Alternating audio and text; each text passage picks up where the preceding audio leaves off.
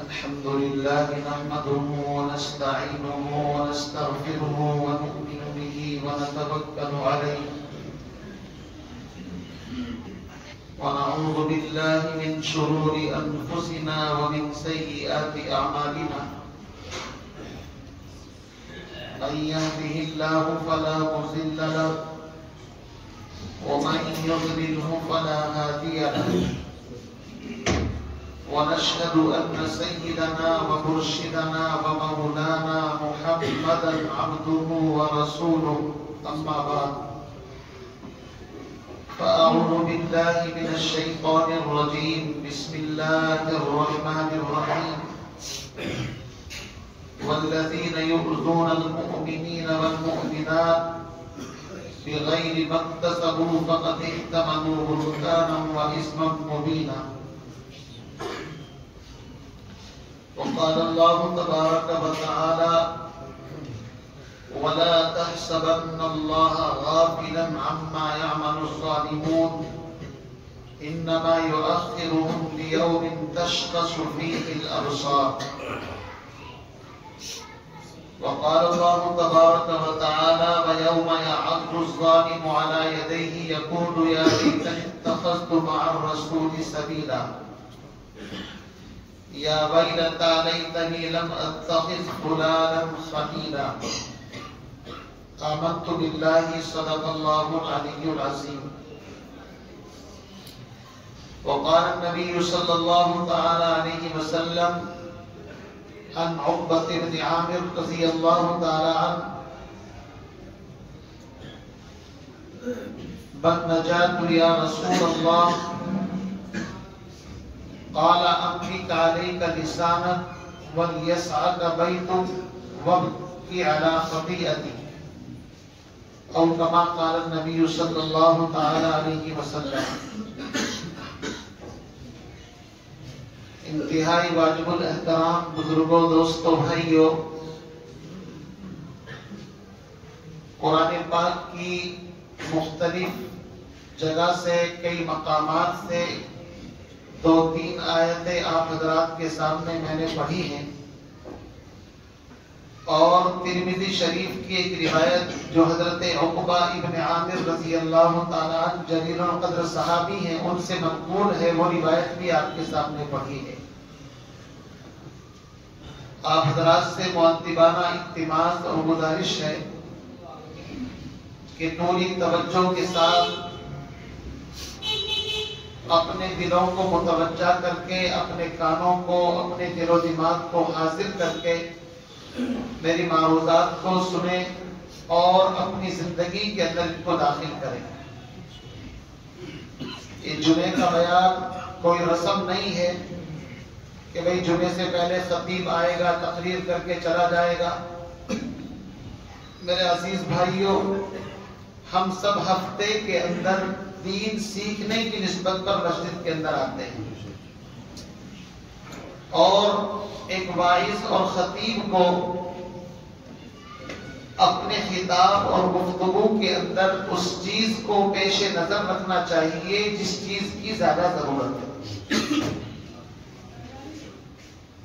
بیماری جیسی ہو ایسی ہی دوا دینی چاہیے، تبھی شفا ملتی ہے۔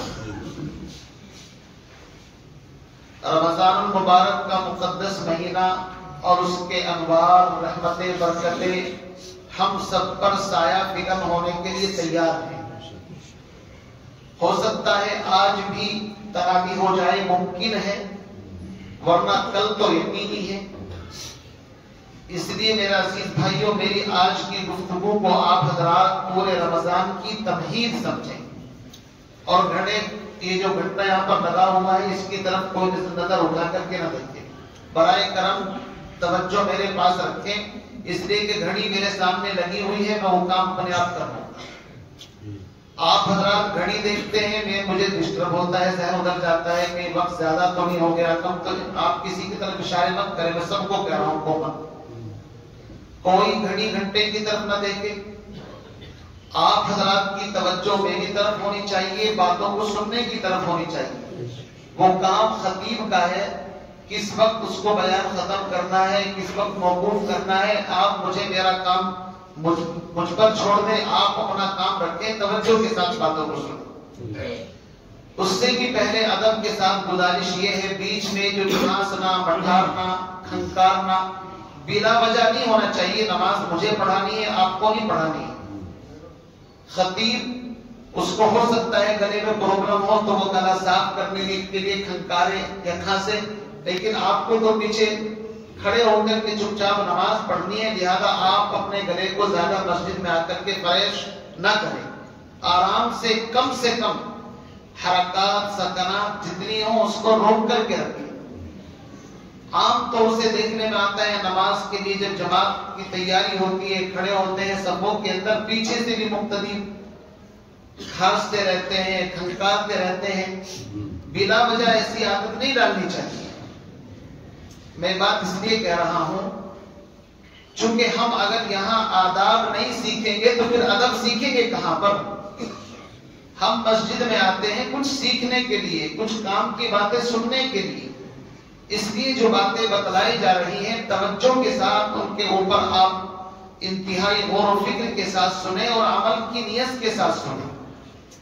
ابھی دیکھیے بیان شروع ہو گیا، بعض حضرات آ کر کے ابھی بھی سنتوں کی نیت باندھ رہے ہیں، کمال ہو گیا بھائی۔ اتنا زمانہ گزر گیا لوگوں کو سمجھاتے سمجھاتے، کچھ بات سمجھ میں ابھی تک آئی کیوں نہیں؟ ارے بھائی 5 منٹ آخر میں سنتوں کے لیے دی جاتی ہے نہیں دی جاتی؟ تو پھر سنتیں پڑھنی ہیں تو بیان سے پہلے آ کر کے پڑھو، ورنہ جب بیان شروع ہو جائے تو آرام سے آ کر کے صفوں میں بیٹھ جاؤ، پھر پورا وقت آپ کو دیا جائے گا سنتوں کا، انشاءاللہ پورا وقت دیا جاتا ہے۔ یہ سب باتیں بار بار کہتے ہوئے عجیب کیفیت ذہن کے اوپر طاری ہوتی ہے۔ وجہ اس کی یہ ہے دراصل کچھ لوگ بے حس ہوتے ہیں اور کچھ کی حساسیت بہت زیادہ ہوتی ہے۔ بعض لوگ ایسے بے حس ہوتے ہیں ان کو کچھ بھی کہو کوئی فرق نہیں پڑتا، اور بعض ایسے حساس ہوتے ہیں کہ اگر آپ نے صرف نگاہ اٹھا کر کے دیکھ لیا تو بھی ان کے لیے قیامت برپا ہو جاتی ہے۔ اس لیے میرے بھائی یہ چھوٹی چھوٹی باتیں آپ کو بار بار کہنا سمجھانا مجھے اچھا نہیں لگتا۔ اب بات شروع ہو چکا ہے تو آپ آئیں، تشریف رکھیں، بیٹھیں آرام سے۔ میں نے قرآن پاک کی آپ حضرات کے سامنے جو آیات پڑھی ہیں اور پیغمبر علیہ السلام کی جو حدیث پڑھی ہے، اسی کے روشنی میں کچھ باتیں عرض کروں گا۔ آپ حضرات توجہ کے ساتھ میری طرف جتنی توجہ رہے گی اتنا اللہ کی طرف سے میرے ذہن دماغ پر بات آئے گی۔ میرے بھائیوں، رمضان المبارک کی رحمتیں سایہ فگن ہونے والی ہیں۔ رحمتوں سے برکتوں سے فائدہ اسی وقت اٹھا پائیں گے جبکہ اس رحمت والے مہینے کی عزت، احترام اور اس کی رسپیکٹ، اس کی شان کے مطابق ہم کریں گے، ورنہ جیسے 11 مہینے آئے چلے گئے ایسے رمضان شریف بھی آئے گا اور چلا جائے گا۔ آج مجھے آپ حضرات کے سامنے ایسا خطاب نہیں بلکہ کچھ باتیں کرنی کہ رمضان کو ہمیں کس طریقے سے گزارنا ہے، اس کی تیاری کس طرح کرنی ہے، اس کا استقبال کیسے کرنا ہے۔ میرے بھائیوں، قرآن پاک کی جو آیات میں نے پڑھی ہیں اس کی روشنی میں عرض یہ ہے کہ ہم رمضان کو اس طرح گزاریں۔ میری ایک ایک بات کو آپ نوٹ کریں، دل و دماغ کے اندر بٹھائیں کہ ہم سے کسی کو رمضان میں کیا بلکہ پوری زندگی کسی کو تکلیف نہ پہنچے۔ یاد رکھنا، اگر ہم نے رمضان کے روزے بھی رکھے، تراویح بھی، اعتکاف بھی، خیرات بھی، سب کچھ کیا، لیکن ہم اپنی ذات کو کسی کو تکلیف پہنچانے سے نہ روک سکے، ہمارے کسی عمل سے کسی نمازی کو، کسی پڑوسی کو، کسی بھائی کو، کسی مسجد کے مصلی کو اگر تکلیف پہنچ رہی ہے تو ہمیں خوش فہمی میں مبتلا رہنے کی ضرورت نہیں۔ اللہ کے نبی علیہ الصلوۃ والسلام کی ایک بہت پیاری حدیث ہے۔ پیغمبر علیہ الصلوۃ والسلام نے ایک مسلمان کا تعارف کس انداز سے کرایا ہے، آپ غور کیجیے۔ پیغمبر علیہ الصلوۃ والسلام نے فرمایا المسلم، جانتے ہیں مسلمان کس کو کہتے ہیں؟ المسلم من سلم المسلمون من لسانه و یده، مسلمان وہ ہے جس کی زبان سے، جس کے ہاتھ سے اور جس کے کسی عضو سے کسی دوسرے کو تکلیف نہ پہنچے. یہ مسلمان کی تعریف اللہ کے نبی نے کی. اب ہم نماز بھی پڑھیں، روزہ بھی رکھیں، تراویح بھی، اعتکاف بھی اور عمرے بھی کریں، تلاوتیں بھی کریں، سب کچھ کریں، لیکن رمضان کے مبارک مہینے میں بیوی ہم سے پریشان، بچے ماں باپ سے پریشان، پڑوسی سے پریشان، نمازی سے پریشان. تو یاد رکھیے پھر یہ جو آپ رمضان گزار رہے ہیں یہ اللہ کی مرضی کے مطابق نہیں گزار رہے. رمضان سے پہلے ارادہ کر لیں، حالات کیسے بھی ہوں ہمیں اپنے بیوی بچوں کے ساتھ پیار محبت کے ساتھ وقت گزارنا ہے. ہمیں اپنی مسجد کے ایک ایک نمازی کا احترام کرنا ہے. نہ اپنی زبان سے اس کو کوئی تکلیف پہنچائیں گے، نہ اپنے ہاتھ سے، نہ عمل سے. ہم خود تکلیف برداشت کر لیں گے لیکن کسی دوسرے کو ایذا نہیں پہنچائیں گے. میرے بھائیو، رمضان کا مبارک مہینہ رحمتوں کے ساتھ آتا ہے، لیکن مستقل رمضان میں کچھ لوگ ایسے ہوتے ہیں جو اپنے عمل سے دوسروں کو تکلیف پہنچاتے ہیں. اب یاد رکھیے، میں آپ کو کیا بتاؤں، بڑا افسوس بھی ہوتا ہے اور بڑے درد کے ساتھ یہ باتیں کہنی پڑتی ہیں. مستقل نوجوانوں کی ایک جماعت ایسے رمضان میں آپ کو نظر آئے گی جو تراویح تو پڑھے گی یا نہیں پڑھے گی اللہ جانے، لیکن تراویح کے بعد چڑیا بدلہ لے کر کے سڑکوں کے اوپر اور کرکٹ کھیلتے ہیں اور پتہ نہیں کیا کیا کام شروع کر دیتے ہیں. آپ یہ بتائیے، کیا رمضان کا مبارک مہینہ اسی لیے آیا تھا کہ تم عشاء کے بعد کرکٹ اور وہ بھی روڈ کے اوپر، راستوں کے اوپر جا کر کھیلتے ہو؟ یاد رکھیے، ماں باپ کی ذمہ داری ہے اور خود نوجوان بھی اس بات کو کان کھول کر کے سن لیں. اگر آپ نہیں مانو گے تو پھر اللہ کسی ایسے کو مسلط کرے گا جو زبردستی تمہارا گریبان پکڑ کر کے تمہیں دھکے بھی دے گا، ذلیل بھی کرے گا اور پھر اللہ ان کے ذریعے سے تم کو رکوائے. رمضان کا مبارک مہینہ نیکیوں کے لیے آیا ہے.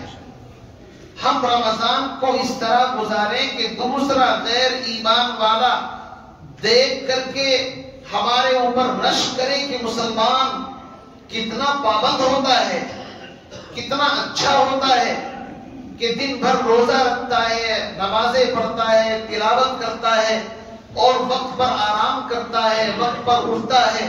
غیر ایمان والا ایمان والے کی تعریف کرے، مزہ تو تب ہے نا بھائی.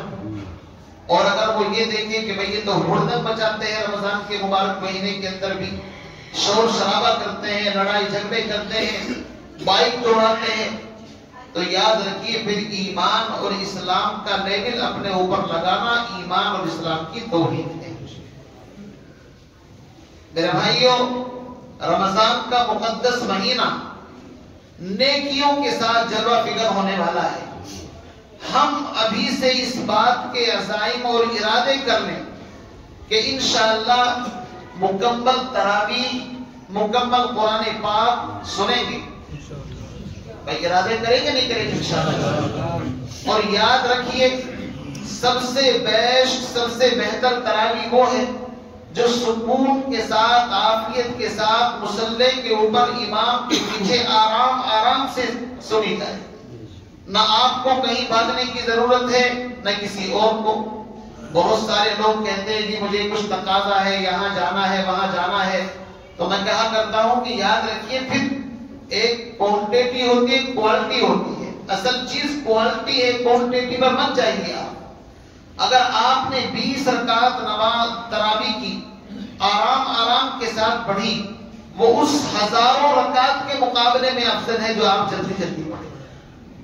مرغے کی طرح ٹھونک ماری، نہ قرآن سمجھ میں آ رہا ہے نہ کچھ، بس یہ ہے کہ فارملٹی پوری کر لی کہ ہم نے 8 دن میں، 5 دن میں، 7 دن میں قرآن سن لیا، کہانی ختم، کہاں جانا ہے بھائی. یہ سوا پارے کی ترتیب جو مصلی پر چلتی ہے، آپ جہاں جاؤ گے انشاءاللہ وہاں آپ کو مل جائے گی. اس لیے کوشش کریں کہ مسجد کے اندر مصلی کے پیچھے کھڑے ہو کر کے آرام سے تراویح سنیں تاکہ پورے طریقے سے اجر و ثواب آپ کو مل سکے. اسی طریقے سے حفاظ کو بھی چاہیے کہ وہ امن اطمینان عافیت کے ساتھ قرآن پاک پڑھے، کوئی جلدی بازی نہ کرے۔ رات اپنی ہے، نمازی اپنے ہیں، سب کچھ اپنا ہے، اللہ کے حضور میں کھڑے ہیں، تو جلدی کس بات کی؟ عافیت کے ساتھ آرام سے صاف قرآن پاک پڑھیں، سنیں، اس لیے کہ اللہ اس کے اوپر انعام بھی دیتا ہے، اجر دیتا ہے، اللہ خوش ہوتا ہے۔ وَرَتِّلِ الْقُرْآنَ تَرْتِيلًا۔ اسی طریقے سے میرے بھائیو، رمضان کے حوالے سے میں گفتگو یہ کر رہا تھا کہ قرآن پاک کی جو آیت میں نے پڑھی ہے، وَلَا تَحْسَبَنَّ اللَّهَ غَافِلًا عَمَّا يَعْمَلُ الظَّالِمُونَ، اللہ تعالیٰ ظالم لوگوں کے عمل سے غافل نہیں ہے، بے خبر نہیں ہے۔ اللہ ہر ایک کے عمل کو دیکھتا ہے۔ کون روزے سے ہے اللہ اس کو بھی جانتا ہے، کون روزے سے نہیں ہے بس صرف لوگوں کو دکھا رہا ہے، اللہ اس کو بھی جانتا ہے۔ میرے بھائیو، روزہ ایک ایسا عمل ہے کہ جس سے انسان کا براہ راست تعلق اللہ کے ساتھ جڑتا ہے، اس لیے کہ روزے کی کیفیت کو یا اللہ جانتا ہے یا بندہ جانتا ہے۔ اس لیے ہمیں اہتمام کے ساتھ ہر عاقل بالغ مسلمان مرد اور عورت کو روزہ رکھنا ہے، ایک روزہ بھی چھوڑنا نہیں ہے۔ فرمایا کہ اگر رمضان کا ایک روزہ کسی نے بغیر عذر کے چھوڑ دیا، پوری زندگی بھی اگر وہ رمضان کی طرح بھوکا پیاسا رہے، روزہ رکھتا رہے، اس فرض روزے کے برابر وہ نہیں پہنچ سکتا۔ یہ بات یاد رکھیے، اتنا بڑا قیمتی روزہ ہے تو جان بوجھ کر کے چھوڑنے کا تو سوال ہی پیدا نہیں ہوتا۔ اسی طریقے سے رمضان کے مقدس مہینے کو قرآن کی تلاوت کے ساتھ، ذکر و اذکار کے ساتھ اپنے اوقات کو تقسیم کرنے، کس وقت سونا ہے، کس وقت سحری کھانی ہے، کس وقت نوافل پڑھنے ہیں، کتنی دیر دعا مانگنی ہے، کتنی دیر ہم کو آرام کرنا ہے، یہ ساری کی ساری ترتیب آپ بنا لیں گے تو انشاءاللہ رمضان عافیت کے ساتھ گزرے گا۔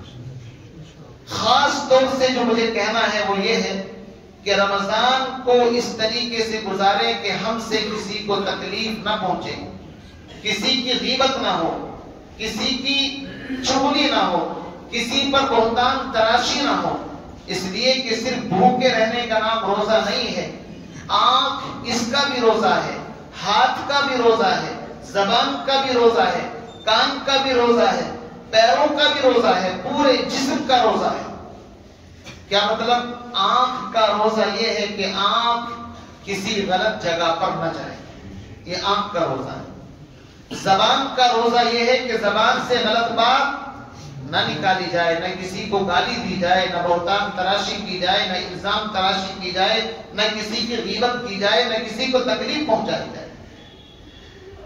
اور اسی طریقے سے ہاتھ کا روزہ یہ ہے کہ اس سے کسی کو ایذا اور تکلیف نہ پہنچائی جائے۔ پیر کا روزہ یہ ہے کہ غلط جگہ پر نہ جایا جائے، ساری چیزوں کا روزہ ہے۔ ابراہیم ابن ادھم رحمۃ اللہ علیہ بہت بڑے بزرگ گزرے ہیں، ان کے بارے میں آتا ہے کہ یہ بادشاہ تھے اپنے زمانے میں، لیکن ان کے دل کے اندر ایک طرف پیدا ہوئی، انہوں نے بادشاہت کو خیر آباد کہہ دیا، ٹھوکر ماری، اور ایک فقیر سے اس کا لباس لے کر کے پہنا، شاہی لباس اس فقیر کو پہنا دیا۔ جنگل بیابانوں میں نکل گئے ابراہیم ابن ادھم رحمۃ اللہ علیہ، لوگ دیکھ کر کے ان کو تانے دیتے تھے کہ بھائی یہ تو بھلا بن گیا، بادشاہت چھوڑ کر کے گداگری فقیری اختیار کر لی۔ تو ان کے بارے میں لکھا ہے ایک مرتبہ ان کو کسی دعوت پر مدعو کیا گیا، بلایا گیا۔ اب لوگوں کی عادت یہ ہوتی ہے کہ جہاں دو چار آدمی اکٹھے ہوئے کسی نہ کسی کا ذکر شروع کر دیتے۔ یہ سب سے بڑی بیماری ہے، پہلے بھی تھی اور آج بھی ہے، اور یہ بیماری شاید چلتی رہے گی۔ تو لوگوں نے کسی کا ذکر شروع کر دیا۔ اب پیٹھ پیچھے کسی کا ذکر کرنا، اسی کو غیبت کہتے ہیں۔ تو ابراہیم ابن ادھم رحمۃ اللہ علیہ نے کہا، عندنا نأکل الخبز قبل اللحم، ہمارے یہاں دستور یہ ہے کہ ہم پہلے روٹی کھاتے ہیں، بعد میں گوشت کھاتے ہیں۔ دعوتوں میں یہ ترتیب ہوتی نہیں ہوتی ہے، روٹی توڑیں گے، اس سے سالن سے لگائیں گے، کھائیں گے، بوٹی بعد میں کھائیں گے۔ اور یہاں اس مجلس کے اندر گوشت پہلے کھانا شروع کر دیا، ابھی روٹی آئی بھی نہیں. یعنی ایک بہت احسن انداز میں انہوں نے نصیحت کی. قرآن یہ کہتا ہے جب ایک آدمی کسی کی غیبت کرتا ہے تو وہ اپنے مرے ہوئے بھائی کا گوشت کھا رہا ہوتا ہے. تو ابراہیم ابن ادہم نے اشارہ کیا کہ ابھی تو دسترخوان لگا بھی نہیں ہے، ابھی تو گوشت اور روٹی آئی بھی نہیں ہے، تم نے ابھی سے گوشت کھانا شروع کر دیا، یعنی غیبت کرنی چالو کر دی. اس انداز سے انہوں نے مجمع کو خاموش کیا اور نصیحت کی. آپ اندازہ لگائیے کہ جو اہل دل اہل اللہ ہوتے ہیں وہ اپنی مجلس میں کسی کی غیبت ہونے نہیں دیتے، خود تو کرتے ہی نہیں، لیکن اگر کوئی اور بھی کرتا ہے تو اس کو خاموش کر دیتے. اسی لیے فرمایا کہ اگر کہیں پر غیبت شروع ہو جائے یا تو اس کو خاموش کر دو، ورنہ وہاں سے اٹھ کر کے چلے جاؤ. میرے بھائیوں، اللہ رب العزت نے مجھے آپ کو یہ رمضان کا مبارک مہینہ عطا فرمایا ہے، ہم اس کی قدردانی کریں. پیغمبر علیہ السلام تو 3 مہینے پہلے دعا مانگا کرتے تھے، اللہم بارک لنا فی رجب و شعبان وبلغنا رمضان. یا اللہ ہمارے شعبان میں برکت عطا فرما، ہمارے رجب میں برکت عطا فرما، اور ہمیں عافیت کے ساتھ رمضان کی رحمتوں سے مالا مال فرمانے کی توفیق عطا فرما. یہ دعا مانگا کرتے تھے. تو بہرحال رمضان میں اس بات کا خاص اہتمام کریں کسی کی غیبت اور چغلی نہ ہو، خاص طور سے زبان کی حفاظت کریں. میں نے جو حدیث آپ کے سامنے پڑھی تھی، حضرت عقبہ ابن عامر رضی اللہ تعالیٰ نے پوچھا، من نجات یا رسول اللہ، اے اللہ کے نبی نجات کا طریقہ کیا ہے، نجات کس چیز کے اندر ہے؟ آپ نے ارشاد فرمایا 3 چیزوں کے اندر نجات ہے. کان کھول کر کے سنو، کتنی چیزوں کے اندر؟ 3 چیزوں کے اندر. سب سے پہلے آپ نے ارشاد فرمایا املک علیک لسانک، اے عقبہ ابن عامر اپنی زبان کی حفاظت کر. کس کی حفاظت کر؟ زبان. یہ زبان جو ہے نا، اس کا بہت معمولی سا حصہ ہے دیکھنے کے اندر، لیکن فساد اس کے بڑے.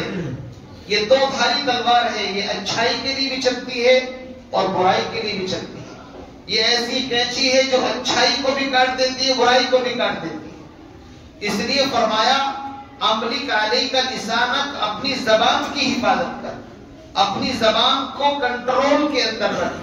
آج دنیا کے اندر جتنے فسادات اور جتنی برائیاں پنپ رہی ہیں، ان سب کے پیچھے یہ زبان ہے بھائی صاحب. کیا ہے؟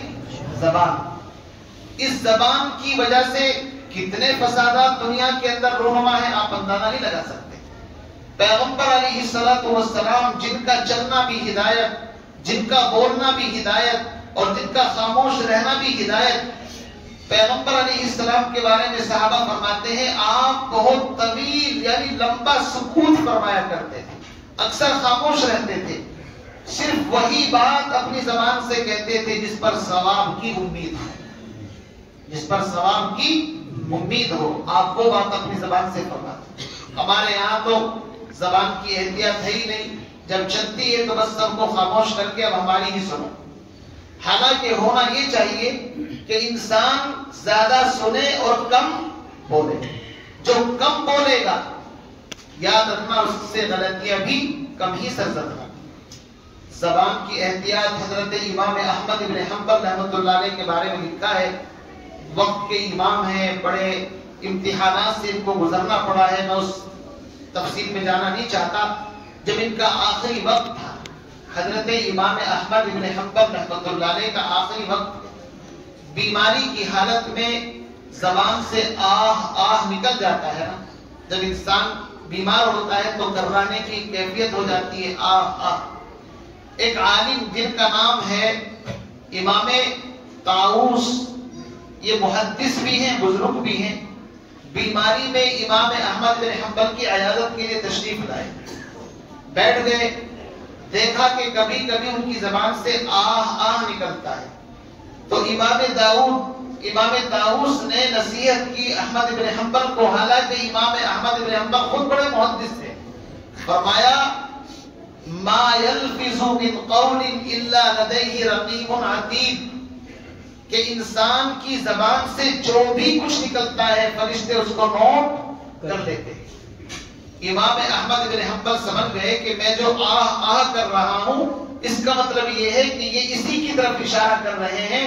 کتابوں میں لکھا ہے کہ امام احمد بن حنبل نے موت تک آہ آہ بھی نہیں کی۔ آپ اندازہ لگائیے کیسے لوگ تھے جو اپنی زبان کی حفاظت کرنے میں اس قدر ماہر کہہ لیجیے، اس قدر فکر مند تھے۔ حضرت معاذ بن جبل رضی اللہ تعالیٰ عنہ بڑے مشہور صحابی ہیں۔ اللہ کے نبی سے سوال کیا، اللہ کے نبی مجھے کوئی ایسا عمل بتلا دیجئے جس سے میں جنت تک پہنچ جاؤں، جنت اور جہنم سے اللہ میری حفاظت فرمائے۔ مجھے ایسا عمل بتلا دیجئے یدخلنی الجنہ ویباعدنی من النار، جو مجھے جنت میں داخل کر دے اور جہنم سے محفوظ کر دے۔ اللہ کے نبی علیہ السلام نے تعریف فرمائی، لقد سألتنی عن امر عظیم، اے معاذ تم نے تو بہت کام کی بات پوچھ لی۔ سوال اچھا ہے نا، جنت میں چلے جائیں جہنم سے بچ جائیں۔ تو آپ نے ان کو نماز روزہ ادھر ادھر کی باتیں کرنے کے بعد فرمایا کہ کیا میں تمہیں وہ چیز نہ بتا دوں کہ جو ان تمام کی جڑ اور بنیاد ہے، جو انسان کو جہنم سے بچائے اور جنت میں لے کر کے جائے؟ کیا میں تمہیں ایک پوائنٹ کی بات نہ بتا دوں؟ حضرت معاذ نے کہا، اللہ کے نبی میں تو پوائنٹ کی بات پوچھنا ہی آپ سے چاہتا ہوں۔ تو آپ نے فرمایا، کف علیک لسانک، اپنی زبان باہر نکالی، ہاتھ سے اس کو پکڑا اور ارشاد فرمایا، اے معاذ اس کی حفاظت اگر کر لی تو جنت میں چلے جاؤ گے، جہنم سے بچ جاؤ۔ تو حضرت معاذ نے پوچھ لیا، اللہ کے نبی ہم جو بات کرتے ہیں، گفتگو کرتے ہیں، کیا اس کے اوپر بھی ہم سے سوال جواب ہوں گے؟ تو پیغمبر علیہ السلام نے فرمایا کہ معاذ تجھے تیری ماں روئے، تجھے پتا نہیں، میں تو تجھے بڑا سمجھدار سمجھ رہا تھا۔ لوگ جہنم میں کسی زبان کی بدتمیزی کی وجہ سے جائیں گے، زبان کی حفاظت نہ کرنے کی وجہ سے جائیں گے، زبان کی بے اعتدالیوں کی وجہ سے جہنم کے اندر جائیں گے۔ پتہ یہ چلا ہے کہ یہ زبان بڑی خطرناک چیز ہے۔ اللسان جرمہ صغیر و جرمہ کبیر، بڑے بڑے پنگے ہو جاتے ہیں۔ ایک بات کہی، اس کے اوپر دیکھتے نہیں کتنی بڑی بڑی ڈیبیٹیں چلتی ہیں اور تقریرات چلتی ہیں اور پھر اس کے اوپر بحثیں ہوتی رہتی ہیں۔ اس لیے میرے بھائیوں، پیغمبر علیہ السلام مجھے اور آپ کو سمجھا کر کے گئے ہیں، اگر نجات چاہتے ہو عملی کالی کا لسان، زبان کی حفاظت کرنا۔ دوسری چیز فرمایا، وَلْيَسْعَكَ بَيْتُكَ، اپنے گھروں کو لازم پکڑ لینا۔ کیا مطلب؟ فالتو آوارہ باہر نہیں گھومنا ہے۔ آج سب سے بڑی مصیبت یہ ہے کہ نوجوان اس کا پیر گھر میں نہیں بلکہ گھر کے باہر نکڑوں پر، چوراہوں پر، گلیوں کے اندر اس کا جی لگتا ہے۔ حالانکہ پیغمبر علیہ السلام نے فرمایا، وَلْيَسْعَكَ بَيْتُكَ، اپنے گھر کو لازم پکڑ لو۔ ایک صحابی ہیں حضرت سعید، انہوں نے اللہ کے نبی سے ایک مرتبہ پوچھا، وہ صحابی ہیں جنہوں نے حبشہ کی بھی ہجرت کی، مدینے کی بھی، اور مدینے میں سب سے پہلے وفات انہی صحابی کی ہوئی، اور اللہ کے نبی نے ان کو پوچھا کیا، یہ شرف حاصل ہے۔ حضرت سعید نے سوال کیا تھا، اے اللہ کے نبی آپ ہمیں سیاحت کی اجازت عطا فرما دیں، گھومنے پھرنے کی اجازت دے دیں۔ آپ نے فرمایا، میری امت کا گھومنا پھرنا، میری امت کی سیاحت جہاد فی سبیل اللہ ہے، اللہ کے کلمے کو بلند کرنا، اس کے علاوہ اجازت نہیں ہے۔ آج کا نوجوان آپ دیکھیے گلیوں میں، کوچوں میں ادھر ادھر بھاگتا ہے، اور پھر اس کی وجہ سے آئے دن آفتیں، مصیبتیں، تکالیف ساتھ آتی ہیں۔ چونکہ حدیث پر عمل نہیں ہوگا تو تکلیفیں آئیں گی۔ اللہ کے نبی قیامت تک کے انسانوں کو ہدایت دے کر کے گئے ہیں کہ فالتو وقت گلیوں میں، نکڑوں میں، گلیوں میں نہیں گزارنا ہے۔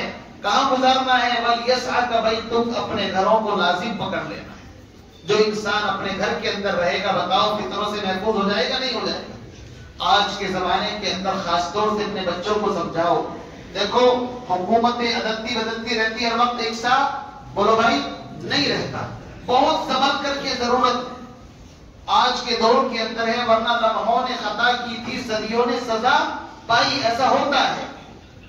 غلطی چھوٹی سی ہوتی ہے پھر اس کو بڑا بنا دیا جاتا ہے۔ لہذا ہم کوئی ایسا عمل نہ کریں، میں صاف کہہ رہا ہوں، ہمارا کوئی بچہ راستوں کے اندر نہ کرکٹ کھیلے، نہ چڑیا بلہ کھیلے. یہ راستوں کے اندر بہت سارے لوگ غلط پارکنگ کر دیتے ہیں. بتائیے کتنی بڑی تکلیف پہنچا رہے ہیں. نمازی ہیں, داڑیاں ہیں, عمرے کر رہے ہیں, لیکن ان کو یہ پتا نہیں کہ میری غلط پارکنگ کی وجہ سے کتنے بڑے طبقے کو تکلیف ہوتی ہے. میرے بھائیوں, اجازت نہیں ہے اس کی. اگر آپ گاڑی کی پارکنگ کا خرچہ نہیں اٹھا سکتے تو ضروری نہیں ہے, فرض نہیں ہے آپ کے اوپر گاڑی رکھنا. کیوں بھائی؟ اگر آپ اس کی پارکنگ کا خرچ اٹھا سکتے ہیں, اچھی جگہ پر پارک کرو اس کو تاکہ کسی کو تکلیف نہ پہنچے. گاڑی خرید لی, کسی کے دروازے کے باہر لگا دی, اور نہیں کچھ ملا تو نہیں راستے کے اندر کھڑی کر دی, ہماری بھلا سے جائے جس طرح کسی کو گزرنا ہے. یہ مسلمان ہے. مسلمان تو وہ ہوتا ہے اس کے عمل سے کسی کو تکلیف نہ پہنچے. میرے بھائیوں, ان چیزوں کا ہم دھیان نہیں رکھتے. مسلمان ہیں, حاجی نمازی ہیں, اپنے گھروں کے باہر بڑی بڑی پیڑیاں نکال رکھی ہیں, ماشاءاللہ گزرنے والوں کی اتنی تکلیف ہوتی ہے. راستے بڑے ہیں, لیکن جب دونوں طرف سے آپ اس کو باہر نکال کر کے کریں گے تو بتائیے گزرے گا کہاں سے مسلمان؟ مسلمان ہیں, اپنے گھر کا کوڑا کچرا گلیوں کے اندر پھینک دیتے ہیں. یہ مسلمان ہے. مسلمان تو وہ ہے خود بھی طاہر اور پاکیزہ ہوتا ہے اور پورے ماحول کو پاکیزہ بناتا ہے. مسلمان تو عطر کی طرح ہوتا ہے, جس گلی سے نکلے وہ گلی مہک جانی چاہیے. لیکن آج ہمیں ان چیزوں کا پتہ نہیں ہے. مسلمان ہیں, شادیاں رات کو کر رہے ہیں, چلو کوئی بات نہیں, لیکن آتش بازی, پٹاخے, یہ وہ ایک ہنگامہ ہے. بیماروں کو تکلیف ہو, پڑوسیوں کو کوئی پرواہ نہیں. ہمیں اپنی شان و شوکت دکھانی ہے. بھائی تم کیسے مسلمان ہو؟ ہمیں وہ مسلمان بننا ہے جو جناب رسول اللہ صلی اللہ علیہ وسلم جس اسلام اور جس مذہب کی ہمیں تعلیم دے کر کے گئے. بہرحال مجھے اور بھی بہت ساری باتیں کرنی تھی آپ حضرات سے, لیکن وقت یہ محدود ہوتا ہے. مختصر یہ ہے کہ ہم رمضان کو عافیت کے ساتھ گزارے, کسی کو تکلیف نہ پہنچائیں. نمازوں کا اہتمام, تراویح کا اہتمام, مکمل طریقے سے قرآن پاک کی تلاوت, شب و روز اللہ سے مانگنا اور صدقہ خیرات جو بھی کچھ ہو سکے پوری بساط کے ساتھ, ہمت کے ساتھ کریں, تاکہ اللہ کی طرف سے جو رحمتیں آنے والی ہیں وہ پورے عالم کے اوپر چھا جائیں اور ایک ایک آدمی اس سے مستفیض ہو سکے. میری باتیں ہو سکتا ہے کسی کو کچھ کڑوی بھی لگی ہوں, اس کے لیے میں معذرت چاہتا ہوں, اس لیے کہ حکیم اور ڈاکٹر کو کبھی دوائی کڑوی بھی دینی پڑتی ہے, تبھی تو شفا ملتی ہے نا. ایک جیسی دوائی نہیں ملتی ہے ہمیشہ, کبھی میٹھی میٹھی کھائیں گے تو اس کا وہ ہوتا ہے. دوسری بات یہ ہے کہ ہم مسلمان محلے کے اندر آباد ہیں. ہوٹل والوں سے ریکویسٹ, درخواست سے کوئی فورس نہیں کر رہے ہیں ہم مسجد سے کہ وہ بھی اپنی ترتیب ایسی بنائیں کہ جس سے کسی کو تکلیف نہ پہنچے. کاروبار ہے, کریں, کرنا چاہیے. کاروبار تو کرنے کی ضرورت ہے. ایک ایک مسلمان کاروبار پر کھڑا ہو تاکہ ان کی معیشت مضبوط ہوگی تو مسلمان ماشاءاللہ عزت کے ساتھ زندگی گزار سکے گا. لیکن تھوڑی رمضان میں ترتیب بدلے اس کی. ایسا نہیں کہ دن بھر ہوٹل بھی چل رہے ہیں تو ایسا لگتا ہے کہ میں مسلمانوں کے محلے میں تو ہم ہیں نہیں. رزق دینے والا اللہ ہے, لہذا ان سے بھی خاص طور سے اپیل درخواست کی جاتی کہ وہ تھوڑا ٹائم ٹیبل اپنا ایسا کر لیں کہ جس سے کسی روزے دار کو تکلیف نہ پہنچے. رزق کا وعدہ اللہ نے کر رکھا ہے, انشاءاللہ جو مقدر کا ہے وہ مل کر کے ضرور رہے گا. اور بھی کئی باتیں انشاءاللہ رمضان میں ذہن میں اللہ ڈالتا رہے گا, آپ کے سامنے آتی رہیں گی. بس ایک نصیحت میری یہ ہے جو میں تقریر کو ختم کر رہا ہوں کہ اپنی صحبت درست کریں, کسی غلط آدمی کے ساتھ دوستی تعلقات نہ کریں. اسی کے ساتھ ساتھ رمضان کو اس طرح گزاریں کہ ہم سے کسی کو تکلیف نہ پہنچے, نہ کسی نمازی کو, نہ پڑوسی کو, نہ گھر والوں کو. اللہ بھی راضی ہوں گے, اس کا رسول بھی راضی ہوگا, انشاءاللہ اسی کے اندر فائدہ ہے. اللہ تعالیٰ مجھے آپ کو کہنے سننے سے زیادہ عمل کی توفیق نصیب فرمائے. وآخر دعوانا الحمدللہ رب العالمین.